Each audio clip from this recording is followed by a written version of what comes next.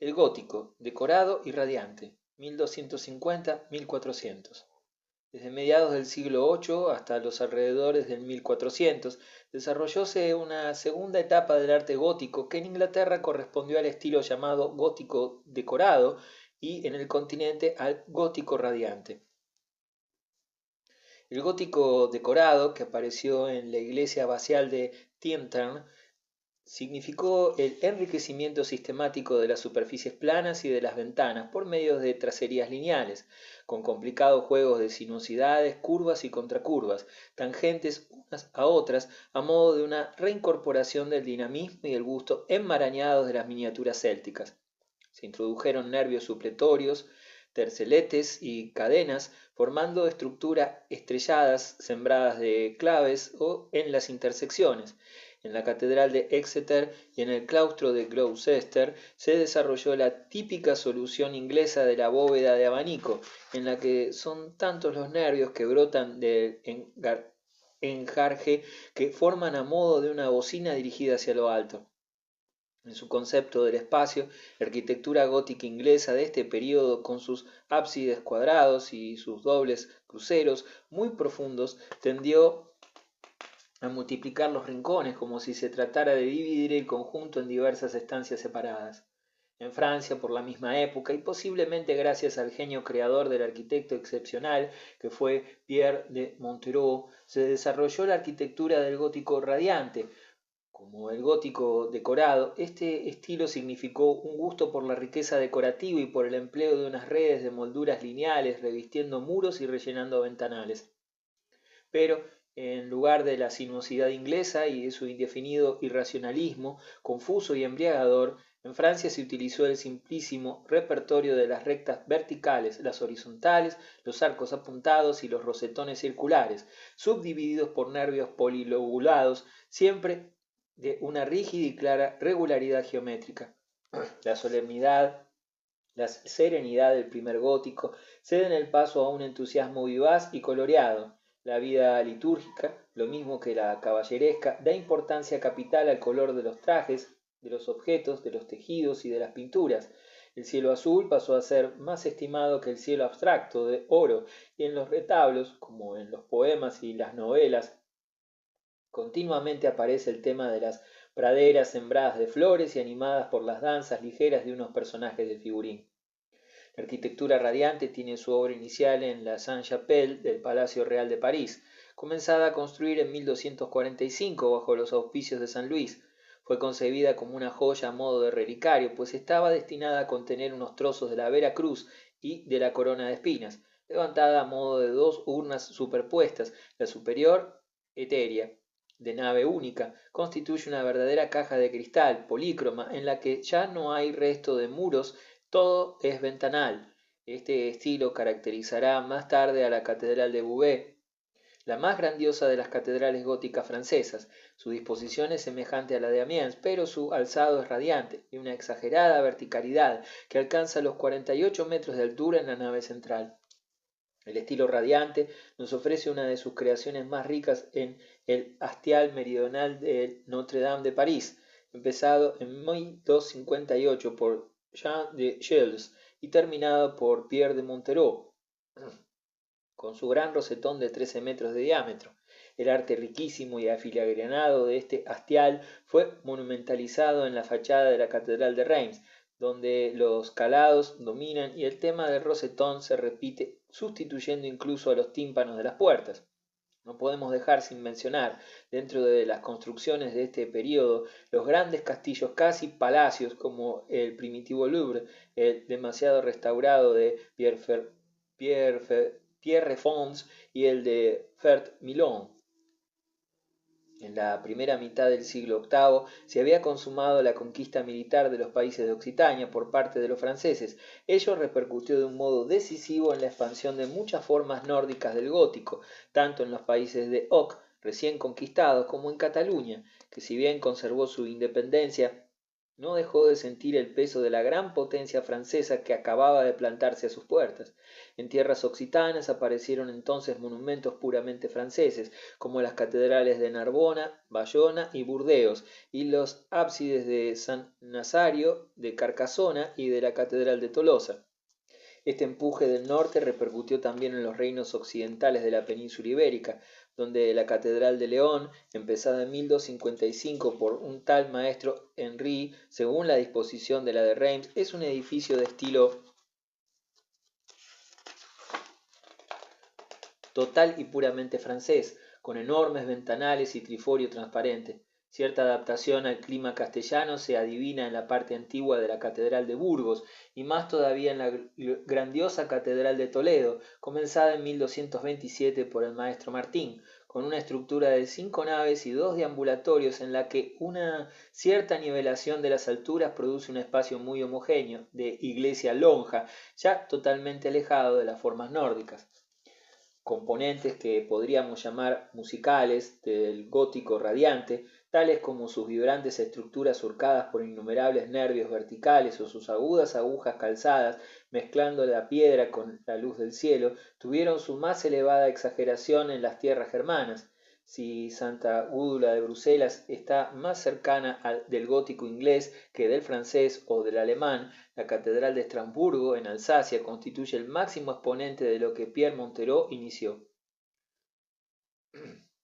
A una cabecera románica habían sido añadidas unas naves al modo francés, y cuando Erwin von Steinbach emprendió en 1318 la fabulosa fachada occidental en la impresionante piedra de gres rojo, que Ulrich Eisengren de Ulm y Hans de Colonia coronarían con la atrevidísima aguja, creó algo único en el sentido de tensión hacia lo alto, como una inmensa arpa en el cielo. La Catedral de Colonia, que había sido empezada por el arquitecto de Amiens, Gerard, con el tiempo y gracias al maestro Hans, se convirtió en un edificio de dimensiones colosales, de tanto empuje que sólo pudo ser terminado en el siglo XIX. El sentido de la verticalidad fue adoptado y desarrollado por los alemanes, que lograron las máximas alturas en las torres únicas caladas de Fribourg y de Ulm. También tiene torre única, más al oriente, San Esteban de Viena o San Vito de Praga. El gótico radiante se halla estrechamente vinculado con la aparición de la gran arquitectura civil nórdica, desde la Halle, Mercado y el Berford, torre altísima de campanas, de Brujas, en Flandes, hasta el caprichoso palacio de Astial, escalonado y calado para el municipio de Münster, en Alemania. La expansión oriental del gótico radiante fue en gran parte obra de los caballeros teutónicos que levantaron en las llanuras bálticas edificios colosales, como Santa María de Neubrandenburg o Santa María de Königsberg, en el actual territorio ruso. Hacia el sur, las orillas del Mediterráneo occidental conocieron el desarrollo de una arquitectura originalísima, influida por el gótico radiante, pero muy independiente, especialmente en Toscana y Umbría, por un lado, y en los países occitano-catalanes, Languedoc, Cataluña, Valencia y Mallorca, por el otro. En estas zonas mediterráneas predominó el tipo de construcción de espacio compacto, más corta y ancha, con nave única o naves muy iguales. Se busca el mínimo volumen de los apoyos internos, a la vez que se desarrolla un sistema de exteriores apaisados con predominio a menudo de los horizontales, sin el erizamiento verticalizado del gótico nórdico, con grandes muros, pequeñas ventanas y muchas veces conservando el arco de medio punto. Si las etapas del románico habían sido sucesivamente el de aristocrático Cluny y el del ascético Cister, del que salió el estilo de la transición meridional al gótico, la segunda etapa gótica en el Mediterráneo estuvo vinculada con la expansión de las órdenes mendicantes. Su concepto popular del templo como lugar colectivo de prédica, en vez de lugar para la plegaria personal y secreta, requería un espacio compacto y unitario. Al mismo tiempo, su propio carácter popular exigía la simplicidad de las formas. Frente al espacio múltiple, disperso y articulado de Inglaterra y a los espacios longitudinales de Francia, se buscaba un espacio lo más esférico posible. En la Toscana, la iglesia abovedada de nave única parece vinculada al origen del franciscanismo, en las dos basílicas superpuestas de Asís de mediados del siglo XIII. No obstante, Por lo general se prolongó el tipo cisterciense, que en Italia se presentaba con envigados apeados en arquerías, tal como vemos en las iglesias florentinas de la Trinità, siglo XIII, y la franciscana de Santa Croce, del siglo XIV, obra de Arnolfo di Cambio, con sus austeros pilares ochavados. Adaptación abovedada de este tipo es la iglesia dominicana de Santa María Novella, en la misma ciudad, obra de Fray Sisto y Fray Ristoro. En todas partes el goticismo toscano se difundió del brazo de las órdenes mendicantes. En Siena lo representan en efecto las iglesias de San Francisco y Santo Domingo. Los más ambiciosos monumentos toscanos de la época fueron las catedrales de Siena y Florencia. La primera se inició a mediados del siglo XIII según un esquema de envigado sobre arquerías inspirado en la catedral románica de Pisa. Al igual que en esta última, la catedral de Siena se cubrió con una cúpula, tema desconocido del gótico en general y que constituye uno de los rasgos de la fidelidad italiana a lo antiguo, así como la expresión de la tendencia mediterránea al espacio esférico. La catedral de Florencia, Santa María del Fiore, empezada a finales del siglo XIII por Arnolfo di Cambio, en una forma simple, abovedada, fue objeto de una ambiciosa reforma cuando en 1366 un consejo de arquitectos decidió coronarla con una cúpula gigantesca de 114 metros de altura, verdadera cúspide de la tendencia mediterránea al espacio compacto. Las fachadas de mármoles y mosaicos repletas de adornos y figuras parecen contradecir la sobriedad de esta arquitectura toscana. Sin embargo, es preciso notar que las dos fachadas más fabulosamente ricas, las de las catedrales de Siena y de Orvieto, no corresponden ni en dimensiones ni en disposición a los interiores simplísimos y envigados. Tales fachadas son en realidad meros retablos escultóricos, obra respectivamente de los escultores Giovanni Pisano y Lorenzo Maitani. En la zona del Languedoc, no lejos de Foix, en Albi, se construyó una catedral extremadamente compacta y apaisada, cuyo ritmo de semicilindros no puede llegar a considerarse como una serie de contrafuertes. Su enorme nave única de 20 metros de luz y 30 de altura, gran realización en el sentido de la anchura y moderada en la altura, revela la tendencia a la equiparación de ambos ejes. Compárese, por ejemplo, las citadas medidas con las de la Catedral de Amiens, donde a sus 42 metros de altura apenas corresponden poco más de 14 de anchura. En el gótico radiante catalán abundan los testimonios del sistema de nave única, como en Pedralbes de Barcelona o en la Catedral de Sant Joan de Perpiñán, tipo que fue implantado por franciscanos y dominicos en todas las capitales catalanas, de Perpiñán a Valencia y de Lérida a Mallorca. Esta etapa del gótico catalán tiene su obra cumbre en la Catedral de Gerona, que a continuación de una cabecera de 3 naves recibe una bóveda de crucería, la más ancha del mundo, con sus 23 metros de luz, hasta la construcción de San Pedro de Roma, ligeramente mayor. En la iglesia de Santa María del Mar de Barcelona y en la Catedral de Palma de Mallorca, el sentido del espacio se expresa además en el atrevido adelgazamiento de los apoyos en forma de simple prisma ochavado. En Santa María existen los mayores intercolumnios de la arquitectura gótica europea, en Mallorca, junto a esta ligereza de apoyos, las mayores alturas. La gran novedad de la época fueron los palacios corporativos, manifestación de la grandeza y el poder de la burguesía, más o menos mediatizada todavía por el brazo militar, pero cada vez más infiltrada en el eclesiástico y dueña por fin del brazo popular. En Florencia, Arnolfo di Cambio construyó el impresionante Palacio de la Señoría, en forma de fortaleza de aparejo rústico, ritmada de bíforos y coronada por altísima torre.